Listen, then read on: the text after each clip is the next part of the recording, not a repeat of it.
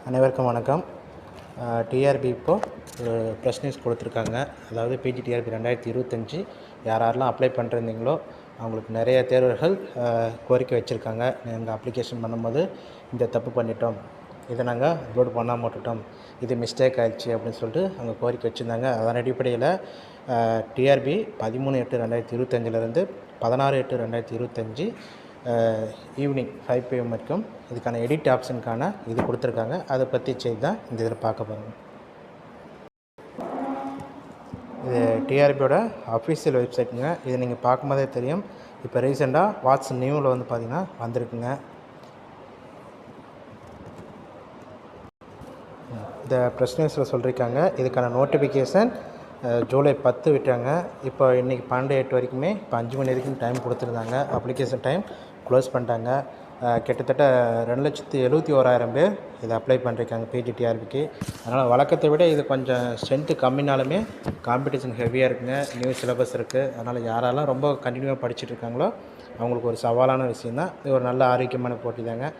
இதில் நிறைய தேர்வுகள் நிறைய மிஸ்டேக் பண்ணியிருக்காங்க. இதில் கிட்டத்தட்ட எல்லாமே அவங்க எடிட் ஆப்ஷன் அவைலபிள் கொடுத்துட்டாங்க. ஒரே ஒரு விஷயத்தை தவிரங்க, மொபைல் நம்பர், இமெயில் ஐடி நீங்கள் எதை கொடுத்து நீங்கள் அப்ளை பண்ணிங்களோ அந்த 2 இதை மட்டும் நீங்கள் சேஞ்ச் பண்ண முடியாதுங்க. மற்ற எல்லா தகவலுமே நீங்கள் எடிட் பண்ணுறதுக்கான ஆப்ஷன்ஸ் இங்கே கொடுத்துருக்காங்க. அதுக்கான வழிமுறைகளும் இங்கே கொடுத்துருக்காங்க. நீங்கள் எல்லாமே இந்த ப்ரெஸ் நியூஸில் என்ன இருக்குது, அது என்ன இன்ஸ்ட்ரக்ஷன் கொடுத்துருக்காங்க எல்லாம் தெளிவாக நீங்கள் ஒரு டைம் படிச்சுட்டு அதுக்கப்புறம் நீங்கள் அப்ளை பண்ணுங்கள். இன்னும் டைம் இருக்குங்க, 3 நாள் டைம் இருக்குது. நீங்கள் தாராளமாக நீங்கள் இதுக்கான எடுத்துகிட்டு நீங்கள் அப்ளிகேஷன் இன்னொரு டைம் செக் பண்ணிவிடுங்க. யாருமே மிஸ்டேக் இல்லைன்னு சொல்லிட்டு யாரும் சொல்ல முடியாதுங்க. ஏன்னா கண்டிப்பாக நம்ம அறியாமே தப்பு நடக்கும். அதனால் நீங்கள் சர்டிஃபிகேட்லேருந்து எல்லாமே நீங்கள் எடுத்து வெரிஃபை பண்ணிவிடுங்க. நம்மளை அறியாமே தப்பு நடந்திருக்கும். இதில் நீங்கள் கொடுக்கும்போது எக்ஸாம் ஃபீஸ், அதாவது கம்யூனிட்டி சேஞ்ச் ஆகிடுச்சுன்னா அதில் ஏதாச்சும் மிஸ்டேக் பண்ணுறீங்கன்னா அதை மாற்றும்போது திருப்பி ரீபேமெண்ட் பண்ணுற மாதிரி இருக்குங்க. மற்றபடி இது ஆல்ரெடி நீங்கள் யாரெல்லாம் அமௌண்ட் கட்டிருக்கிறீங்களோ அவங்க மட்டும்தான் இதில் எடிட் ஆப்ஷன் பண்ண முடியும். ஒரு சில பேர் அப்ளை பண்ணி மட்டும் விட்டுடுவாங்க. அவங்க இதில் எடிட் ஆப்ஷன் எதுவும் பண்ண முடியாதுங்க. யார் அமௌண்ட் கட்டிருக்காங்களோ அவங்க மட்டும் இது பண்ண முடியும். நீங்கள் எல்லா டேட்டாவும் நீங்கள் ஒரு டைம் பண்ணிட்டீங்கன்னா ஆல்ரெடி அங்கே இருக்கும். நீங்கள் கரெக்ஷன் பண்ணுறதா தான் பண்ணலாம். ஆனால் அடுத்தடுத்த ஃபீல்டுக்கு நீங்கள் பார்த்தீங்கன்னா ஃபில் பண்ணிவிட்டு போயிடலாங்க.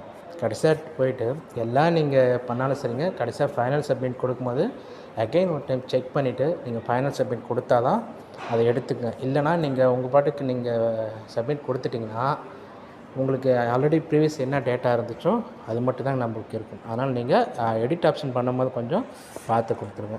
ஒரு கேட்டகரியாக அது என்னென்ன காலத்தில் என்னென்ன டேட்டா இருக்குது சரியாக இருக்கான்ட்டு ஸ்பெல்லிங் மிஸ்டேக்லேருந்து எல்லாமே ஒரு டைம் நீங்கள் பார்த்துக்குங்க.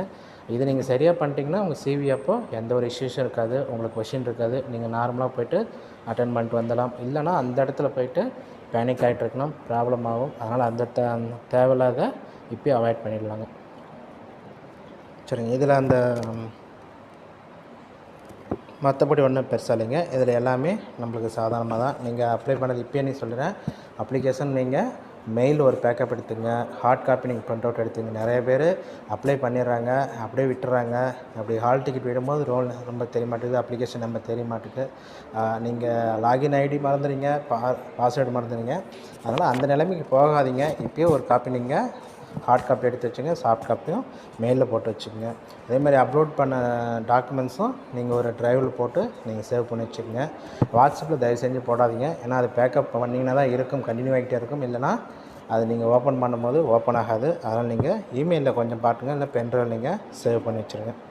சரிங்க. இந்த ப்ரெஸ் நியூஸ் பார்த்திங்கன்னா இப்போ 12 ரீசெண்டாக விட்டுருக்காங்க. இதுக்கான ஆப்ஷன்ஸ் பார்த்திங்கன்னா நம்ம நாளையிலிருந்து தாங்க ஓப்பன் ஆகும். நைட்டு நீங்கள் 12 மணிக்கு மேலே நீங்கள் ஓப்பன் பண்ணிக்கலாம். டைம் இருக்கிறதுனால நீங்கள் பொறுமையாக நீங்கள் பண்ணிக்கங்க. கொஞ்சம் பார்த்து பண்ணுங்கள். ஓகே. ஏதாச்சும் டவுட் இருந்தால் கேளுங்கள். தெரிஞ்சால் கண்டிப்பாக நான் ரிப்ளை பண்ணுறேன். தேங்க்யூ.